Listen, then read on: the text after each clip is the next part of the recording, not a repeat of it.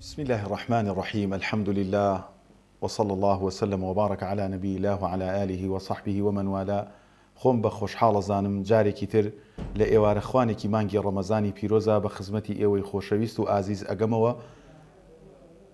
داواکارم لە خوای پەروەردگار ڕۆژ و تاعەت و عیبادەتی هەموو لایەکمانی قبول فەرموو بێت و لە ڕۆژی قیامەتە ئەجر و پاداشتی زبانی بە ڕۆژووبوون و تینوێتی و برسێتیمان لە حەوزی کەوسەر بۆ یەکجاری بشکێت. ئامین.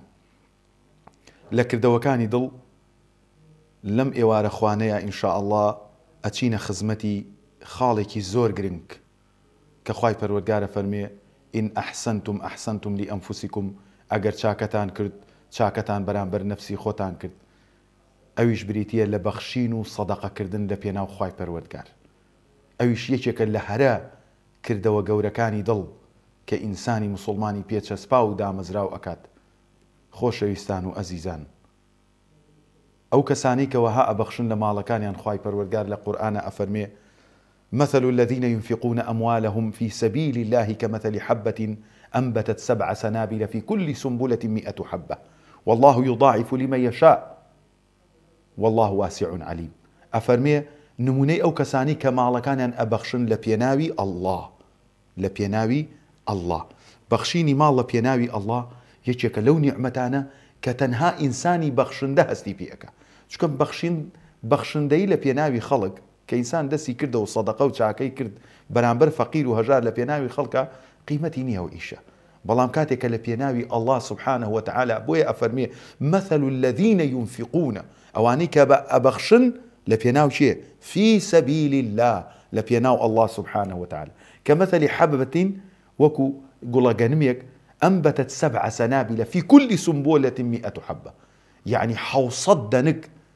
خوای پەروەردگارە فەرمێ والله يضاعف لمن يشاء. الله خوا خۆشتی بۆ دەکاتە یەک بە 7000 بە 70000 بە 700,000. بۆیە خوای پەروەردگار عەدادێکی نییە کە کەسێکی خۆش بوێ.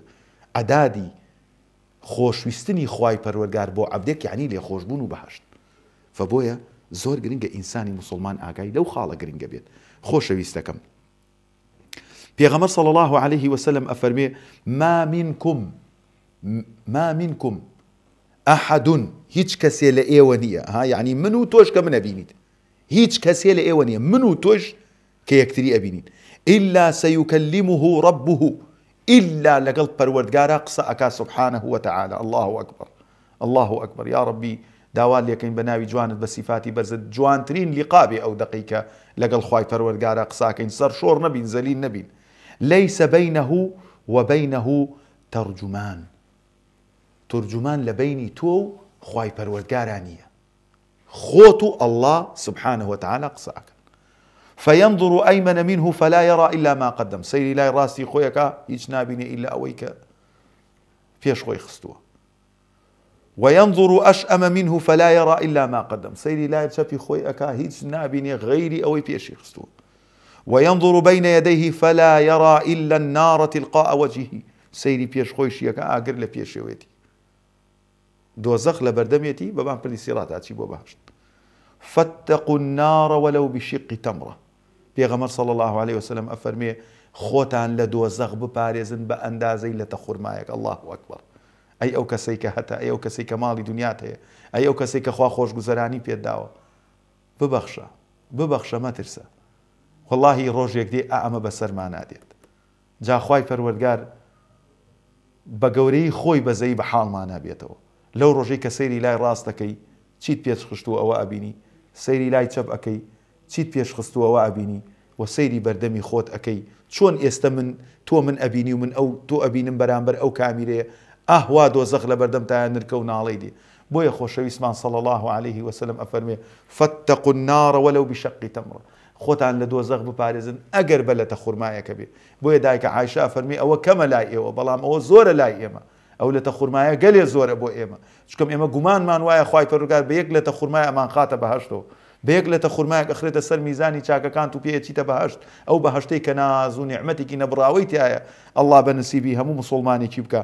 بۆیە پێغەمبەر صلی الله عليه وسلم لە فەرمودەیەکی تری صحیحە ئەفەرمێ ثلاثة أقسم عليهن، چێ ئەم قسەیە ئەکا؟ صادق المصدوق صلى الله عليه وسلم ئەفەرمێ سێشت هەیە سوێندی لەسەر ئەخۆم أقسم عليهن يعني ئەم سوێندە بچووکترین گومانیتیانی سوێنی محەممەد المصطفى عليه الصلاة والسلام ئەفەرمێ فاحفظوه و لە بیریشیتان نەچێ و لەبەری بکەن جوان حیفزی کە لە زاکیرەی خۆت سێشتە بەڵام ئەوەی کە گرنگە بۆ من و تۆ ئەلەم وانە و دەرسەیە ئەلەم ئێوارە خوانەیە ئەوەیە ئەفەرمێ ما نەقەص مال عبد من صدقة ماڵی بەندەکانی خوا لە بەخشندەی و بەخشین و سەدەقە کەم ناکات چێ سوێنی بۆت خواردووە خۆشەویستی خوا صلی الله عليه وسلم و پێشت ئەفەرمێ لە بیریشت بێ و لەبەری بکە ماڵی بەندەکان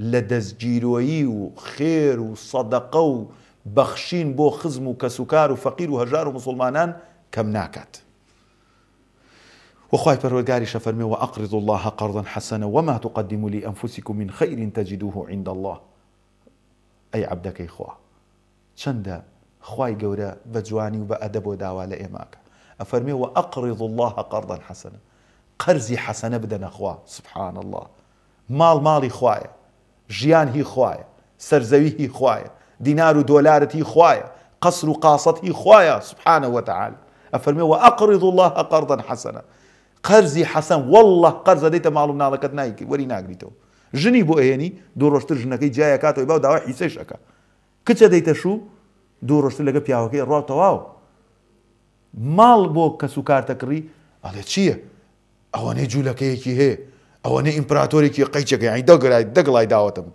وەرە قەرز دەرە خزمێکت بەخوا ئێستا کە تۆم نەبینی ڕەنگە سەدانتان هەزارانتان ئەمەتان بەسەر هاتبێ دەفتەرێکت داوەتە خزمێک هاوڕێیەک دۆستێک 50 وەرەقە داوە پێی بۆ 6 مانگ 3 ساڵە ناداتەوە کاتێک شەچێل کوراڵێ ماڵت نەڕمێ دەیان دەفتەر دۆلارتەیە قەیچەکە با دەوەرەقەت لای ئەمێمە خزمتین ئەوە نەمان بەرناکەوێ خوای پەروەردگار بەو پەڕی ئەدەبەوە سبحانه وتعالى مالك الملك تؤتي الملك من تشاء ئەو هەموو سەرۆت و سامانە هی ئەوەیە رب العالمين ئەفەرمێ وأقرضوا الله قرضا حسنا قەرزی حەسەن بدەنە خوا قەرزێک بدەنە خوا کە بە وەفام بەرامبەرتان لە شوێنێک ئاتان دەمەوە کە هیچ شتێکی تیانە لەو شوێنەی لا ينفع مال ولا بنون إلا من أتى الله بقلب سليم ماڵ و سەرۆت و سامانت لەگەڵ نەهاتەوە من لەوێ قەرزەکەت ئەدەمەوە وأقرضوا الله قرضا حسنا وما تقدموا لأنفسكم من خير تجدوه عند الله وهر شتێک ئێوە ئەیکەنە خێر هەر خێر و سەدەقەیەک ئێوە ئەیکەنە خێر تجدوه عند الله بۆیە خوای پەروەردگارە فەرمێ وأقرضوا الله قرضا حسنا هۆکاری ئەو قەرزە چاکەی کە ئەیدەیتە خوای پەروەردگار ئەلەوێوە خوای پەروەردگار چاکەکانت ئەداتەوە تجدوه عند الله لای خوا ئەیبینیتەوە بە زۆر جار لای خەڵکی نایبینیتەوە وبويا خۆشەویستمان صلى الله عليه وسلم لفرموديك صحيحة أفرمي صنائع المعروف تقي مصارع السوء كردوي چاكا خالي خراب و شوێنی خراپ لەسەر لاعدە مردنی خراپ لێ دوور ئەخاتەوە لەو شوێنانی کە شایستەی ئەوەی کە تووشی زەرەرێکی گەورە بی خوای پەروەردگار بە هۆکاری ئەو چاکە و ئەو خراپەیەت لەسەر لاعدە والصدقة خفيا تطفئ غضب الرب صدقەی شاراوە خەشم و قین و عەزابی خوا ئەکوژێنێتەوە جا بۆ خۆت بزانە خوای پەروەردگار کاتێک کە ئەم نیعمەتە ئەداتە و بە کەسێکی داوە کە ڕێزی لێگرتووە ئەویش تۆی ئاگات لێ بێ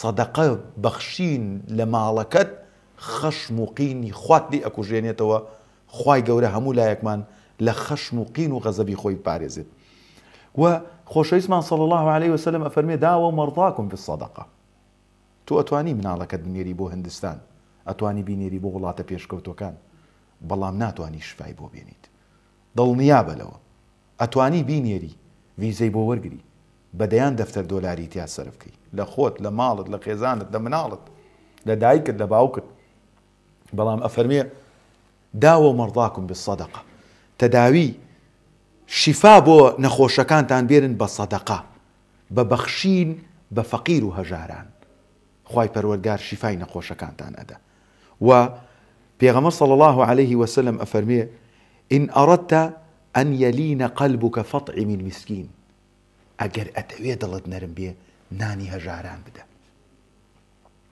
هەر دعوت مەکە دەوڵەمەند بانکە، فەقیریش بانکە، فەقیر و دەوڵەمەند بەیەکەوە بانکە. ئەو خەڵکانی کە مستحقن کاتێک کە دەوڵەمەندێک بانکەی ساحب چەندین دەفتەر دۆلارە، کەسێکیش بانکە خاوەن پێداویستی تایبەتە با بەرامبەری نان بخوا، کەسێکیش بانکە کە نەبووە، کە ژینگە پارێزە، کە سەر جادەکان پاکەکاتەوە، با هەست بکە ئەم کەسە شایستەی ئەوەیە شکوری خوا بکە. بۆیە پێغەمبەری خوا عەلەیهی سەڵات وەسەلام ئەفەرمی ئەگەر ئەتەوێ دڵت نەرم بێ نانی هەژاران بدە، وەمسەح ڕەئسە اليەتیم، سەری مناڵێکی بێناز و بێباوک بسڕە، دەست بێنە سەریان ماچێکی بکە، 1000 دیناری چاپ دەرە دەسێەوە، قسەیە خۆشی بۆ بکە. ئەگەر ئەتەوێ دڵت نەرم بێ نانی هەژاران دەسێنانە سەر کەسی بێناز و بێباوکە، بەو شێوازە دڵت نەرمە بێ. لە کۆتاییە بۆچی ببەخشم؟ من لە پێناو چیا ببەخشم؟ لە پێناو چیا دەستگیرۆی خەڵکی فەقیر و هەژار بکەم؟ خۆشەویستان، یەکەم شت خوای پەروەردگارە فەرمێ یەبنە ئادەم ئەنفق ئونفق عەلەیک، ئەینەوەکەی ئادەم ببەخشە پێت ئەبەخشم.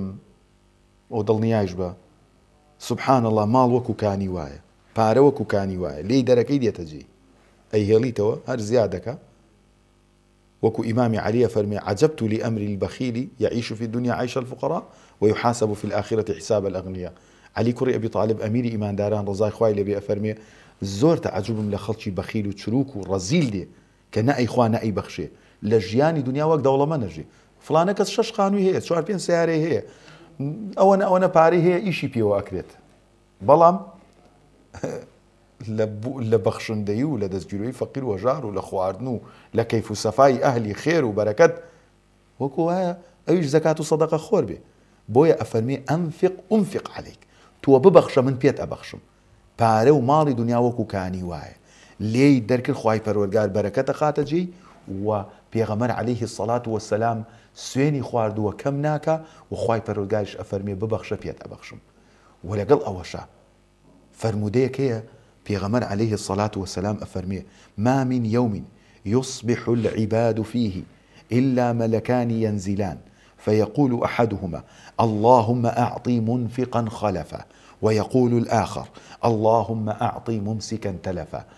هیچ ڕۆژێ خوای پەروەردگار ڕۆژ ناکاتەوە بەسەر بەندەکانیە، هیچ بەندەیەک ڕۆژانە ڕۆژ ناکاتەوە ئیلا خوای پەروەردگار دوو مەلائیکە ئەنێرێ، یەکێ لە مەلائیکەتەکانیان بەس بانگ ئەکا و هاوار ئەکا و ئەپارڕێتەوە اللهم أعطي منفقا خلفا، یا الله دوعای مەلائیکە مستەجابە گەڕانەوەی نییە، یا الله ئەوەی ئەمڕۆ زەکاتەکەی بە ڕێکوپێکی دەرکردو داوێتێ خەڵکی مستحق، ئەو کەسەی کە وەها ماڵی بەخشیوە، ئەو کەسەی کە وەها دەستگیرۆی بێباوک و هەژارانی کردووە، ئەو کەسەی کە وەها خانووی بۆ فەقیرێ کڕیوە، ئەو کەسەی کە وەها ماڵێکی بۆ هەژار دروست کردووە، ئەو کەسەی کە وەها ئیفتاری سائیم و بەربانگی بۆ ڕۆژوەوان کردووە، یا الله پێی ببەخشی، کاسە و کەیلی پڕکەی، ماڵ و سەروەت و سامانی زۆرکەی، و یەکێکی تریشیان ئەڵێ اللهم أعطي ممسكا تلفا.